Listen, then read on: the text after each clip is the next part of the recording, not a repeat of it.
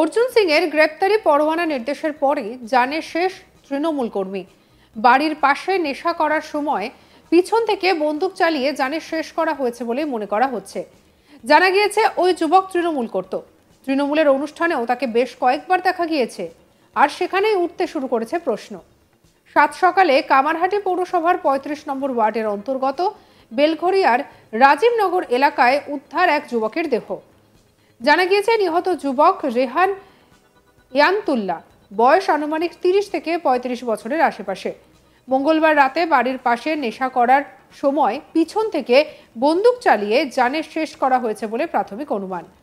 জানা গেছে রেহানকে লক্ষ্য করে কয়েকজন দুষ্কৃতী বন্দুক বের করে হামলা চালালে তার ঘাড়ে এসে লাগে, আর এরপরে ঘটনাস্থলে লাফিয়ে পড়ে রেহান এবং রাতভর সেখানেই তার দেহ পড়েছিল। বুধবার সকালে রেহানের দেহ রাস্তায় পড়ে থাকতে দেখেন এলাকাবাসীরা। সকালে উঠে স্থানীয়রা সেই দেহ দেখতে পেয়ে তড়িঘড়ি সাগর দত্ত মেডিকেল কলেজ ও হাসপাতালে নিয়ে যাওয়া হয়। তারপরে চিকিৎসকরা তাকে মৃত বলে ঘোষণা করেন। এরপরে ঘটনাস্থলে আসে বেলঘরিয়া থানার বিশাল পুলিশ বাহিনী।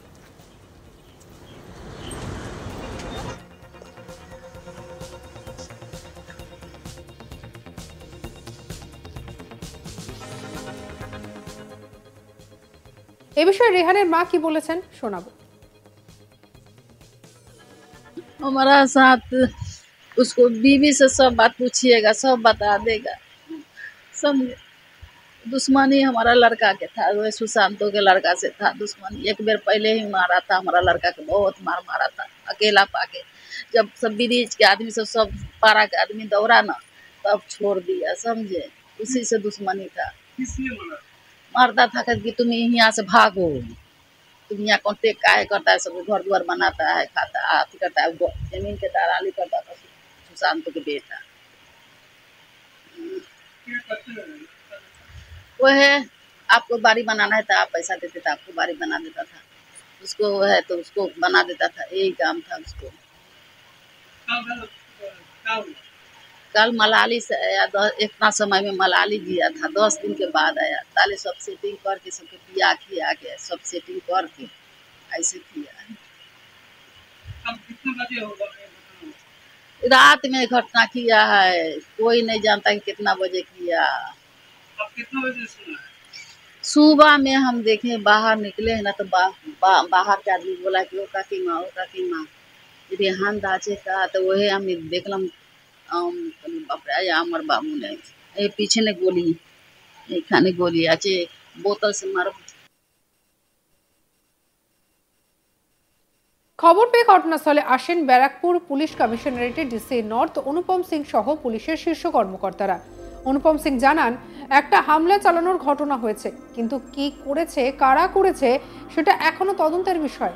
প্রাথমিকভাবে মনে করা হচ্ছে যে এটা প্লেস অফ অকারেন্স, আর ওই ব্যক্তি প্রমোটিং এর সঙ্গে যুক্ত ছিল বলে জানা গিয়েছে। এবং ঘটনাস্থল থেকে একটি নেশার বোতল পাওয়া গিয়েছে। পরিবারের সঙ্গে কথা বলে জানা গিয়েছে যে রাত 11:30 থেকে ভোর 5টার মধ্যেই তাকে জানে শেষ করা হয়ে থাকতে পারে। কি বলছেন ডিসি নর্থ অনুপম সিং, শুনবো।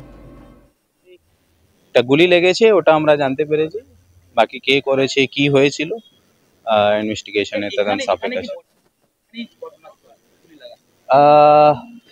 প্রাইমারি প্রথম দৃষ্টিতে দেখে হচ্ছে এখানেই পিও আছে, ঘটনা এখানেই হয়েছে। ও কি কোনো কাজ করতো বা কোনো কাজ করছিল এখানে, কি হয়েছিল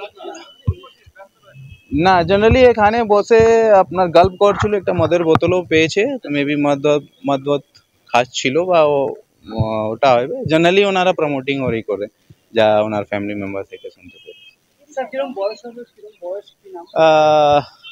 নাম রেহান আছে, ইনায়াতুল্লাহ, আর মোটামুটি 30-35 মধ্যে বয়স আছে। দেখো এক্স্যাক্টটা বলতে পারছি না, আপাতত যে প্রাইমারি আমি জানতে পেরেছি কি 11:30-12টা পর্যন্ত ওনাদের ফ্যামিলির সঙ্গে বা বন্ধু বান্ধব সঙ্গে কথা হয়েছে। তারপরে সকালে 5টার সময়, 5-5:30টার সময় দেখতে পেরেছি। মোটামুটি এর মধ্যেই হবে, 12টা থেকে 5টা। অবশ্যই কোই লোক সঙ্গে ছিল, কে ছিল ওটা আমরা চেষ্টা করছি জানি না এখন। না, ওনার ডেথ হয়ে গেছে। দ্যাট ইজ अभी प्राइमरी আছে, अभी ক্লিয়ার বলতে পারি। এই নিয়ে আমাদের কলিগ দীপক দেবনাথের রিপোর্ট দেখাবো আপনাদের।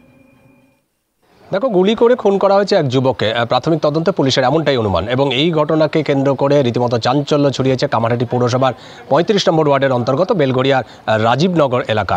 যেটা জানা গেছে যে রেহান এনায়েতুল্লাহ, বয়স আনুমানিক ৩০ থেকে ৩৫ বছর বয়স, এবং গতকাল রেহান যখন তার বাড়ির সামনে বসেছিল আনুমানিক রাত 11:30 পৌনে 12টা নাগাদ, এবং সেখানে তার কয়েকজন বন্ধুদের সঙ্গে মদ্যপান করছিল, এবং আজকে সকালবেলায় হঠাৎ করে তার সেই জায়গায় পড়ে থাকতে দেখা যায়, তার বাড়ির সামনে পড়ে থাকতে দেখা যায়, এবং রক্তাক্ত অবস্থায় পড়ে থাকতে দেখে তার স্থানীয় যারা বাসিন্দারা, রেহানের যারা প্রতিবেশী, তারা সঙ্গে সঙ্গে তাকে সাগর দত্ত মেডিকেল কলেজ হসপিটালে নিয়ে যাওয়া হয়।